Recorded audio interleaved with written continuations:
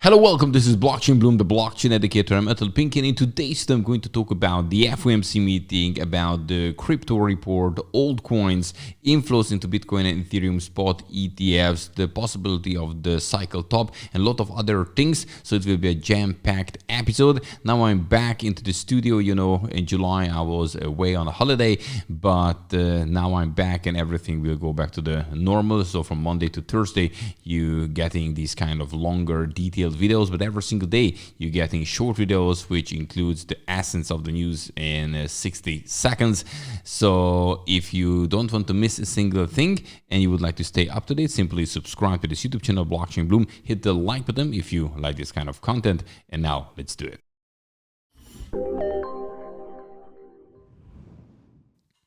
So first, when we're looking at the prices, then we can see that the Bitcoin is actually up 0.4% in the last 24 hours, Ethereum 1.2%.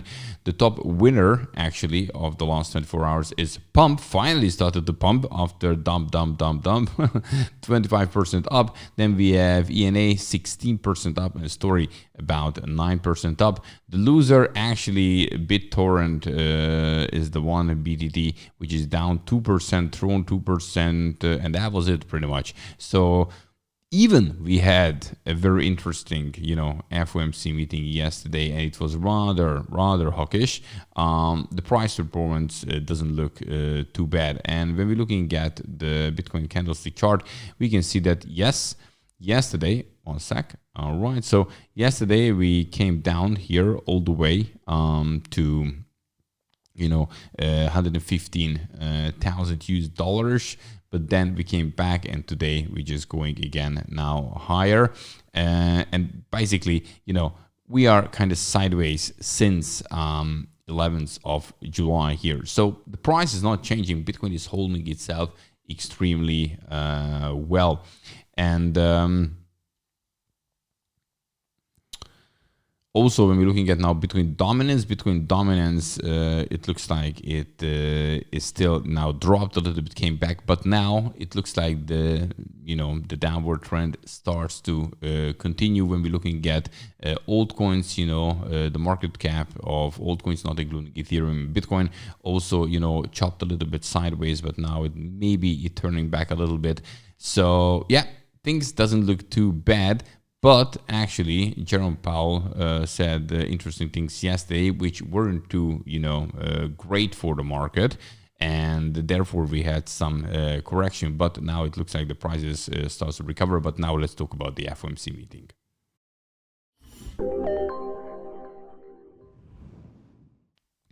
So first of all, at the FOMC meeting, Jerome Powell said that, unemployment rate is fine, the jobs are actually fine, the economy is actually fine. So the point to bring down the interest rate, it's at this point it doesn't make that much sense. So they're still waiting for the data, what will come out. So they can reduce it in September, but he didn't say that, right? He said, we're not making decisions now, we will see in September. There are 2 CPI reports coming until that, because in August we won't have an FOMC meeting.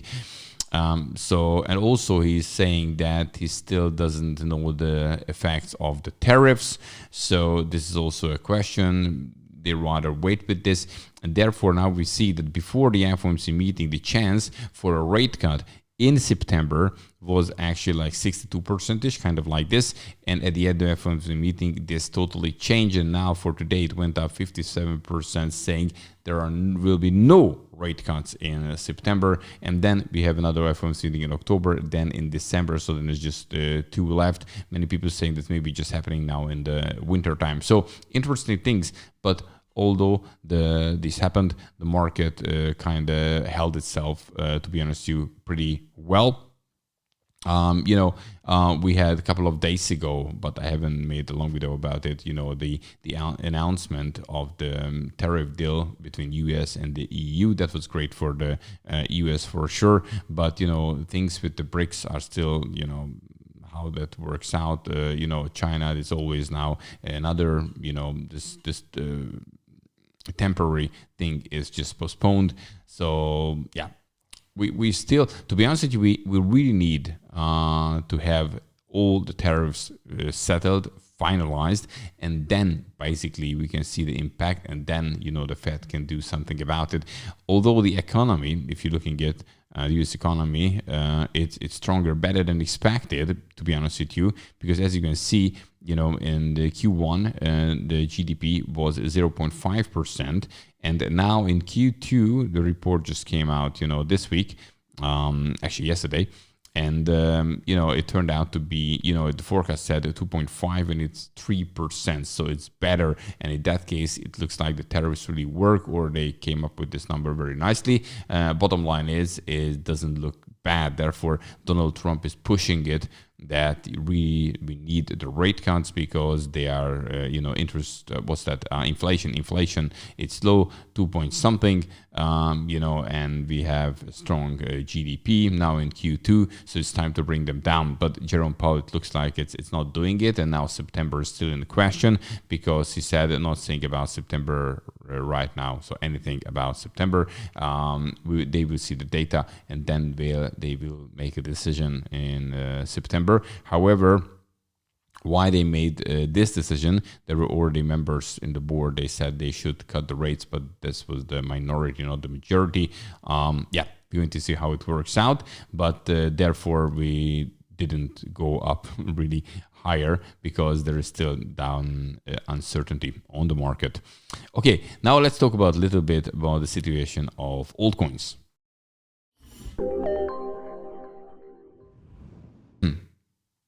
So look at this. When you zoom out, so you're not looking at what happened yesterday, some correction, little correction, all these kind of things. You zoom out and you're looking at the monthly bubbles, then you see that, well, in July, basically, we had very, very nice gains. It's not altcoin season gains, because then these kind of gains may be happening in a day.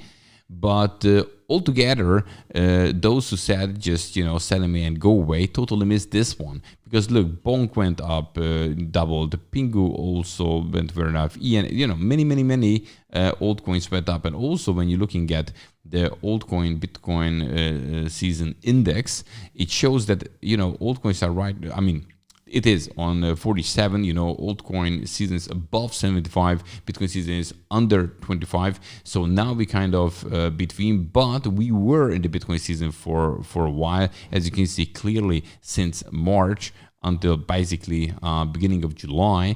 And now we're starting to go towards the altcoin season. And we don't know when the real altcoin season is really coming, but there's a possibility that, when October is coming, there's Q4, there may be rate cuts happening, towards the end of the year or something. It really can boost the market. So altcoins can shine again for a while, and now they already started to move. So I think it's worth to keep an eye on it. Okay, now let's talk about the crypto report, which just came out also yesterday.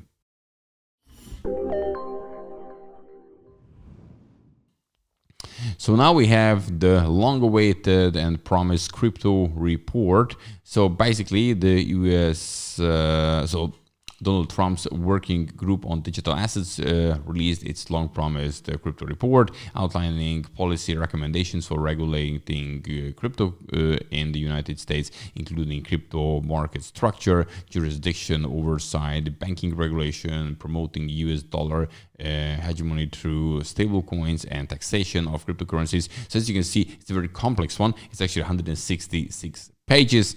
And for example, according to the recommendations, the document, jurisdictional oversight over digital assets should be shared between CFTC and SEC, with the CFTC having oversight over the spot crypto market.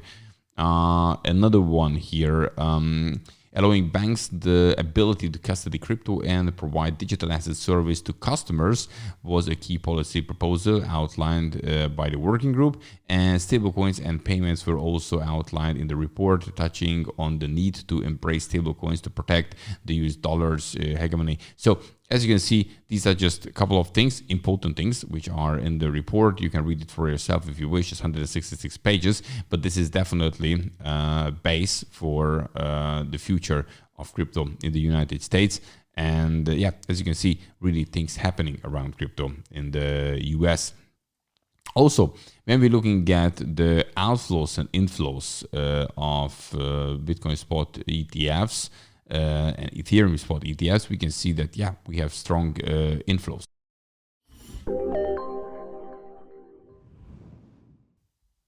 So when we're looking at the Bitcoin spot ETF, then we can see that, yes, we have a lot of inflows, but we had 3 days outflows around 21st, 22nd, and 23rd of July. Now the inflows are back again. And as you can see, of course, IBIT. So BlackRock is the one which is accumulating, but which is even more interesting, it's Ethereum. So crazy inflows into Ethereum, bigger inflows than into Bitcoin here in many, many days. And again, who is the one? BlackRock is the one who is accumulating the most. So you can see that you know, the institutions also keep an eye on our crypto, and Ethereum is getting basically stronger and stronger. And when we're looking at here, you know, Ethereum price, it's very important when you're looking at here on the monthly, then you can see here that, you know, we have a downtrend since the 21st of November, the peak of the bull market, the previous one. And this downtrend for Ethereum can just break. And, you know, if you're looking at a bigger time frame, it's much better. So the monthly, it's much stronger than, you know, a daily or a weekly.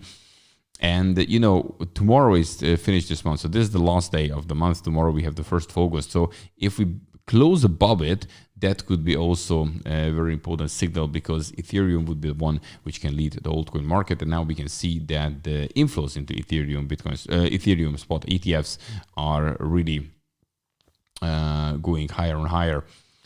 And also, let's looking at a little bit people investing in S&P 500 or in Bitcoin, what worked out better recently.